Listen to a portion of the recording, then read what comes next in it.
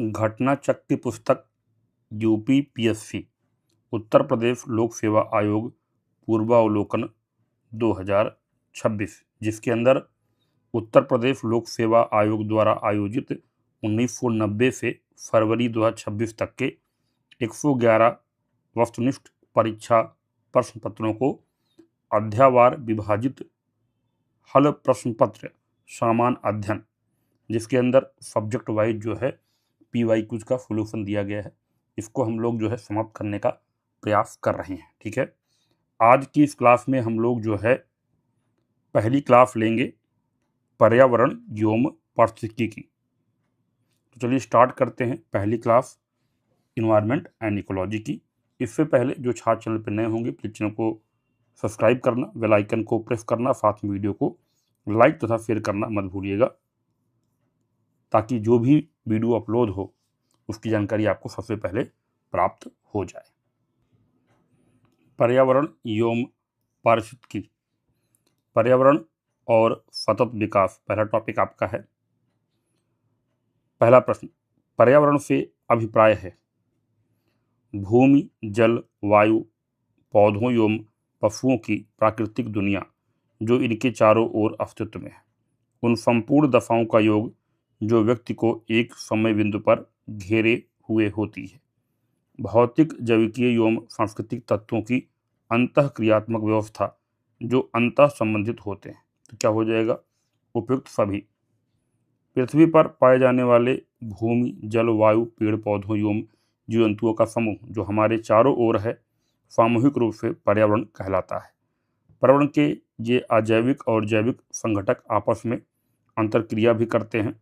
यह संपूर्ण प्रक्रिया एक तंत्र के रूप में संचालित होती है, जिसे पारिस्थितिकी तंत्र के रूप में परिभाषित किया जाता है। पर्यावरण संरक्षण अधिनियम 1986 के अनुसार पर्यावरण किसी जीव के चारों तरफ आच्छादित भौतिक एवं जैविक दशाओं और उनके साथ अंतःक्रिया को सम्मिलित करता है। क्वेश्चन नंबर 2, सामान्यतः पर्यावरण को निम्न प्रकार से वर्गीकृत किया जा सकता है, निम्नलिखित में से कौन सा एक इस वर्गीकरण का अंश नहीं है, पूछा गया। ठीक है, तो विकल्प क्या है? परिचालन पर्यावरण, भौतिक पर्यावरण, सांस्कृतिक पर्यावरण, जैविकीय पर्यावरण। तो भौतिक पर्यावरण है, सांस्कृतिक पर्यावरण है, जैविकीय पर्यावरण है, परिचालन पर्यावरण नहीं है। सामान्यतः पर्यावरण को भौतिक पर्यावरण यानी फिजिकल इन्वायरमेंट, दूसरा सांस्कृतिक पर्यावरण कल्चर इन्वायरमेंट एवं जैविकीय पर्यावरण बायोलॉजिकल इन्वायरमेंट में वर्गीकृत किया जा सकता है। भौतिक पर्यावरण के अंतर्गत भू आकृतियाँ, जलाशय, जलवायु, मृदा, चट्टानें, खनिज आदि आते हैं। सांस्कृतिक पर्यावरण के अंतर्गत मानव निर्मित गतिविधियाँ यथा आर्थिक, सामाजिक तथा राजनीतिक स्थितियाँ शामिल होती हैं, जबकि जैविकीय पर्यावरण के अंतर्गत वनस्पतियाँ, जंतु, मानव सहित तथा सूक्ष्म जीव शामिल होते हैं। क्वेश्चन नंबर 3, कथन दिया गया है, कारण दिया गया है। कथन क्या कहता है? सतत विकास मानव समाज के कल्याण हेतु महत्वपूर्ण है। कारण क्या दिया है? सतत विकास से अभिप्राय ऐसे विकास से है जो भावी पीढ़ियों की जरूरतें पूरी करने की योग्यता को प्रभावित किए बिना वर्तमान समय की आवश्यकता पूरी करे। तो ए और आर दोनों सही हैं और आर जो है कथन ए की सही व्याख्या है। World commission on environment and development WCED द्वारा वर्ष 1987 में प्रकाशित रिपोर्ट आवर कॉमन फ्यूचर, जिसे ब्रॉटलैंड रिपोर्ट के नाम से भी जाना जाता है, के अनुसार सतत विकास से अभिप्राय ऐसे विकास से है जो भावी पीढ़ियों की जरूरतें पूरी करने की योग्यता को प्रभावित किए बिना वर्तमान समय की आवश्यकता पूरी करे। इसका तात्पर्य है कि मानव समाज का सतत भविष्य तभी सुनिश्चित हो सकता है जबकि आर्थिक गतिविधियों और मानव कल्याण के समर्थन हेतु आवश्यक जैव भौतिक और सामाजिक परिस्थितियाँ पीढ़ी दर पीढ़ी पोषित या संधारित की जा सकें। इस प्रकार प्रसंगत कथन एवं कारण दोनों सही हैं और कारण कथन की सही व्याख्या भी करता है। वर्ष 1987 में संयुक्त राष्ट्र में पर्यावरण से संबंधित एक प्रतिवेदन की प्रस्तुति के उपरांत धारणीय विकास सस्टेनेबल डेवलपमेंट पर चर्चा आरंभ हुई। वह प्रतिवेदन था आवर कॉमन फ्यूचर। नीचे दो कथन दिए गए हैं, जिनमें से एक को अभिकथन ए तथा दूसरे को कारण आर कहा गया है। आपको सही कूट चुनना है। अभिकथन क्या कहता है? सतत विकास पर्यावरण को नुकसान पहुंचाए बिना होना चाहिए और वर्तमान के विकास को भविष्य की पीढ़ियों की जरूरतों के साथ समझौता नहीं करना चाहिए। कारण क्या दिया है? एजेंडा 21 पर विश्व नेताओं द्वारा 1995 में हस्ताक्षर किए गए थे। तो आपका पहला क्या है? सही है, लेकिन कारण क्या दिया गया है? रॉन्ग दिया गया है। आइए व्याख्या देखते हैं। अभिकथन ए सतत विकास की स्वीकृति परिभाषा के अनुरूप है। यह वर्तमान पीढ़ी की आवश्यकताओं की पूर्ति इस प्रकार करने पर बल देता है कि भविष्य की पीढ़ियों की अपनी आवश्यकताओं को पूरा करने की क्षमता पर प्रतिकूल प्रभाव न पड़े तथा पर्यावरण संरक्षण के साथ विकास हो। वर्ष 1992 में रियो डी जेनेरियो ब्राजील में आयोजित संयुक्त राष्ट्र पर्यावरण एवं विकास सम्मेलन पृथ्वी शिखर सम्मेलन में एजेंडा 21 को विश्व नेताओं द्वारा अपने हस्ताक्षर के साथ स्वीकृति प्रदान की गई थी। ठीक है, तो कब की बात थी ये? रियो डी जेनेरियो 1992 की, 1992 की रियो डी जेनेरियो। यहाँ पर 1995 दिया गया था, इसलिए ये क्या था? आपका रॉन्ग था। ए सही, आर गलत। निम्नलिखित घटनाओं को कालानुक्रमिक क्रम में व्यवस्थित कीजिए तथा नीचे दिए गए कूट से सही उत्तर चुनिए। तो यहाँ पर क्या क्या दिया गया है? रियो पृथ्वी शिखर सम्मेलन, बॉटलैंड आयोग रिपोर्ट का प्रकाशन, मॉन्ट्रियल प्रोटोकॉल का परिवर्तन, the limit to growth report का प्रकाशन। आपको सही उत्तर का चयन करना है। आइए इसकी व्याख्या देखते हैं। The limit to growth report का प्रकाशन 1972 में, बॉटलैंड आयोग रिपोर्ट का प्रकाशन 1987 में, मॉन्ट्रियल प्रोटोकॉल का परिवर्तन 1989 में, रियो पृथ्वी शिखर सम्मेलन 1992 में। ठीक है, तो डेट्स काफ़ी इंपॉर्टेंट है। द लिमिट टू ग्रोथ 1972, बॉटलैंड आयोग रिपोर्ट 1987, मॉन्ट्रियल प्रोटोकॉल परिवर्तन 1989, रियो पृथ्वी शिखर सम्मेलन 1992। अगला क्वेश्चन, द पॉपुलेशन बम नामक पुस्तक के लेखक कौन है? Paul R Ehrlich. The population bomb वर्ष 1958 में प्रकाशित एक पर्यावरणीय जनसंख्या विषयक चर्चित पुस्तक है जिसके मुख्य लेखक स्टैनफोर्ड विश्वविद्यालय के जीव विज्ञानी पॉल आर एहलिर्च या इरलिच हैं। पहला संस्करण उनके नाम से ही निकला। बाद के संस्करणों में सह लेखिका उनकी पत्नी एनी एच एहलिर्च भी श्रेयित हैं। क्वेश्चन नंबर 7, धारणीय विकास किसके उपयोग के संदर्भ में अंतर पीढ़ीगत संवेदनशीलता का विषय है? प्राकृतिक संसाधन। धारणीय विकास या सतत विकास विकास की वह अवधारणा है जिसके तहत वर्तमान की आवश्यकताओं के साथ साथ भविष्य की आवश्यकताओं को भी ध्यान में रखा जाता है। धारणीय विकास प्राकृतिक संसाधनों के उपयोग के संदर्भ में अंतर पीढ़ीगत संवेदनशीलता का विषय है। धारणीय विकास का मुख्य उद्देश्य पृथ्वी के प्राकृतिक संसाधनों का न्याय संगत उपयोग, संरक्षण और उचित प्रबंधन करना है। क्वेश्चन नंबर 8, सतत विकास के लिए आवश्यक है जैविक विविधता का संरक्षण, प्रदूषण का निरोध एवं नियंत्रण, निर्धनता को घटाना। उपयुक्त सभी हो जाएगा। सतत विकास के लिए जैविक विविधता का संरक्षण, प्रदूषण का निरोध एवं नियंत्रण तथा निर्धनता घटाना सभी आवश्यक हैं। आर्थिक विकास और पर्यावरण सुरक्षा के मध्य एक वांछित संतुलन बनाए रखना ही टिकाऊ विकास या सतत विकास है। क्वेश्चन नंबर 9, पर्यावरण की वहन क्षमता के संदर्भ में निम्नलिखित में से कौन से कथन सही है? तो यहाँ पर 2 कथन दिए गए हैं आपके। पहला है संसाधन निष्कर्षण की दर संसाधन सृजन की दर से अधिक रहनी चाहिए। अपशिष्ट का उत्पादन पर्यावरण की अवशोषण क्षमता के भीतर रहना चाहिए।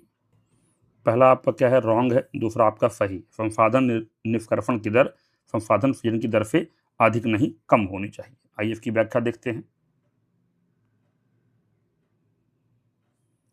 पर्यावरण की वहन क्षमता कैरिंग कैपेसिटी का आशय किसी पारिस्थितिकी तंत्र पर्यावरण द्वारा बिना दीर्घकालिक क्षरण के उपलब्ध संसाधनों और अपशिष्ट प्रदूषण की समाकलन क्षमता के आधार पर सतत रूप से समर्थित अधिकतम जनसंख्या गतिविधि भार की सीमा से है। सतत विकास के लिए मुख्यतः 2 नियम स्वीकार किए जाते हैं। नवीकरणीय संसाधनों के मामलों में उपयोग डिवाइड बाय निष्कर्षण दर उनकी पुनर्जनन दर से कम या बराबर हो। अपशिष्ट या प्रदूषक का उत्पादन पर्यावरण की अवशोषण समाकलन क्षमता के भीतर रहे। अनवीकरणीय संसाधनों के लिए एक तीसरा नियम भी माना जाता है। क्षय दर का स्तर उन नवीकरणीय विकल्पों प्रतिस्थापनों के सृजन दर के अनुरूप रखा जाए। क्वेश्चन नंबर 10, पर्यावरण अपकर्ष से अभिप्राय है। पर्यावरणीय गुणों का पूर्ण रूप से निम्नीकरण, मानवीय क्रियाकलापों से विपरीत परिवर्तन लाना, पारिस्थितिकीय विभिन्नता के परिणाम स्वरूप पारिस्थितिकीय असंतुलन। क्या हो जाएगा इसमें? ऑल हो जाएगा। प्राकृतिक आवास का विनाश, जैव विविधता की हानि या प्राकृतिक संसाधनों के क्षरण होने से पर्यावरण को होने वाले नुकसान को पर्यावरण अपकर्ष कहते हैं। पर्यावरणीय निम्नीकरण, मानवीय क्रियाकलापों से विपरीत पर्यावरणीय परिवर्तन तथा पारिस्थितिकीय असंतुलन, ये सभी पर्यावरण अपकर्ष को अभिव्यक्त करते हैं। क्वेश्चन नंबर 11, निम्न में से किस एक का संबंध पर्यावरणीय सुरक्षा से नहीं है, पूछा गया है। धारणीय विकास, वातानुकूलन, गरीबी कम करना, कागज के थैलों का प्रयोग। तो इसमें से पर्यावरणीय सुरक्षा से संबंध किसका नहीं है? गरीबी कम करना। बाकी धारणीय विकास, वातानुकूलन, कागज के थैलों का प्रयोग, ये सब पर्यावरण सुरक्षा के पार्ट हैं। धारणीय विकास एवं कागज के थैलों का प्रयोग पर्यावरणीय सुरक्षा के सकारात्मक पहलू से संबंधित है। वातानुकूलन का पर्यावरणीय सुरक्षा के नकारात्मक पहलू से संबंध है, जबकि गरीबी कम करने से पर्यावरण पर नकारात्मक एवं सकारात्मक दोनों प्रभाव पड़ते हैं। दूसरे दृष्टिकोण से देखा जाए तो गरीबी का पर्यावरण से अप्रत्यक्ष संबंध है, जबकि धारणीय विकास, कागज के थैलों का प्रयोग एवं वातानुकूलन का पर्यावरण से प्रत्यक्ष संबंध है। क्वेश्चन नंबर 12, धारणीय कृषि, सस्टेनेबल एग्रीकल्चर का अर्थ है भूमि का इस प्रकार प्रयोग की उसकी गुणवत्ता अक्षुण्ण बनी रहे। धारणीय कृषि का अर्थ पर्यावरण को अक्षुण्ण रखते हुए भूमि का इस प्रकार प्रयोग की उसकी गुणवत्ता लंबे समय तक बनी रहे। क्वेश्चन नंबर 13, नीचे दो वाक्यांश दिए गए हैं। पहला आपका कथन है, दूसरा कारण दिया गया है। प्राकृतिक वनस्पति जलवायु का सही सूचकांक है। जल प्रिय पौधे आर्द्र जलवायु में पाए जाते हैं। ए और आर दोनों सही हैं। आर ए का सही स्पष्टीकरण है। प्राकृतिक वनस्पति जलवायु का सही सूचकांक है तथा वातावरण में कार्बन डाइऑक्साइड की बढ़ती मात्रा से हो रहे जलवायु परिवर्तन से प्राकृतिक वनस्पति में भी परिवर्तन हो रहे हैं। जल प्रिय पौधों, वाटर लविंग प्लांट्स का जलवायु की आर्द्रता कम होने पर क्षरण होने लगता है। इस प्रकार स्पष्ट है कि कथन एवं कारण दोनों सही हैं। कारण कथन का सही स्पष्टीकरण भी है। क्वेश्चन नंबर 14, पर्यावरण के परिरक्षण एवं संरक्षण हेतु पर्यावरण संरक्षण अधिनियम भारत सरकार द्वारा कब पारित किया गया? 1986। पर्यावरण के परिरक्षण एवं संरक्षण हेतु पर्यावरण संरक्षण अधिनियम the environment protection act Bharat में वर्ष 1986 में पारित हुआ था। वर्ष 1972 में स्टॉकहोम में आयोजित संयुक्त राष्ट्र के प्रथम मानव पर्यावरण सम्मेलन के निर्णयों को कार्यान्वित करने के उद्देश्य से भारत सरकार ने पर्यावरण संरक्षण अधिनियम 1986 पारित किया। क्वेश्चन नंबर 15, निम्न में से कौन पर्यावरण संतुलन के संरक्षण से संबंधित है? वन नीति, पर्यावरण सुरक्षा अधिनियम 1986, औद्योगिक नीति, शिक्षा नीति। क्या हो जाएगा? ऑल फोर, सभी चारों। पर्यावरण संतुलन के संरक्षण से प्रत्यक्षता संबंध वन नीति और पर्यावरण सुरक्षा अधिनियम 1986 का है, जबकि औद्योगिक नीति और शिक्षा नीति में भी पर्यावरणीय दृष्टिकोण को सम्मिलित किया गया है। इको मार्क प्रतीक निम्नलिखित में से किससे संबंधित है? पर्यावरण के लिए सुरक्षित सामग्री से। इको मार्क प्रमाण पत्र उन भारतीय उत्पादों को दिया जाता है जो पर्यावरण के प्रति मैत्रीपूर्ण और सुरक्षित हों। पर्यावरण अनुकूल उपभोक्ता उत्पादों को चिन्हित करने के लिए सरकार ने आरंभ किया है इको मार्क। क्वेश्चन नंबर 17, वर्ष 1962 में प्रकाशित पुस्तक साइलेंट स्प्रिंग, जिससे विश्व के पर्यावरणीय आंदोलन को गति मिली, के लेखक हैं रेचल कार्सन। साइलेंट स्प्रिंग पर्यावरण विज्ञान से संबंधित एक पुस्तक है जिसकी लेखिका अमेरिकी जीव विज्ञानी एवं संरक्षणविद रेचल कार्सन हैं। यह पुस्तक सितंबर 1962 में प्रकाशित हुई थी। नगरीकरण एवं औद्योगिकरण हानिकारक हैं। संतुलित विकास के लिए, पर्यावरण एवं पारिस्थितिकी के लिए, जैव विविधता के संरक्षण के लिए, उपयुक्त सभी के लिए ऑल हो जाएगा। अति नगरीकरण और औद्योगिकरण, संतुलित विकास, पर्यावरण एवं पारिस्थितिकी तथा जैव विविधता के संरक्षण, इन तीनों के लिए हानिकारक हैं। हरित विकास ग्रीन डेवलपमेंट का लेखक है WM एडम्स। हरित विकास ग्रीन डेवलपमेंट के लेखक WM एडम्स हैं। 20वीं सदी के 80 के दशक के मध्य विकास के नकारात्मक पक्षों पर विस्तार से चर्चा की गई। निम्नलिखित में से कौन सा एक उनमें महत्वपूर्ण नहीं था, पूछा गया है। प्राकृतिक संसाधनों का क्षरण, ये इंपॉर्टेंट था। पर्यावरण प्रदूषण, ये भी इंपॉर्टेंट था। जन सामान्य का विस्थापन एवं पुनर्वास, ये भी इंपॉर्टेंट था। राजनीति एवं विकास, ये जो है उनमें महत्वपूर्ण नहीं था। 20वीं सदी के 80 के दशक 1980s के मध्य विकास के नकारात्मक पक्षों का विस्तार से की गई चर्चा में प्राकृतिक संसाधनों का क्षरण, पर्यावरण प्रदूषण, जन सामान्य का विस्थापन एवं पुनर्वास आदि मुख्य विषय थे, लेकिन राजनीति एवं विकास चर्चा के प्रमुख विषयों में शामिल नहीं था। क्वेश्चन नंबर 21, पलाचीमाड़ा जो पर्यावरण की अपार क्षति के कारण चर्चा में था, अवस्थित है, यह है आपका केरल में।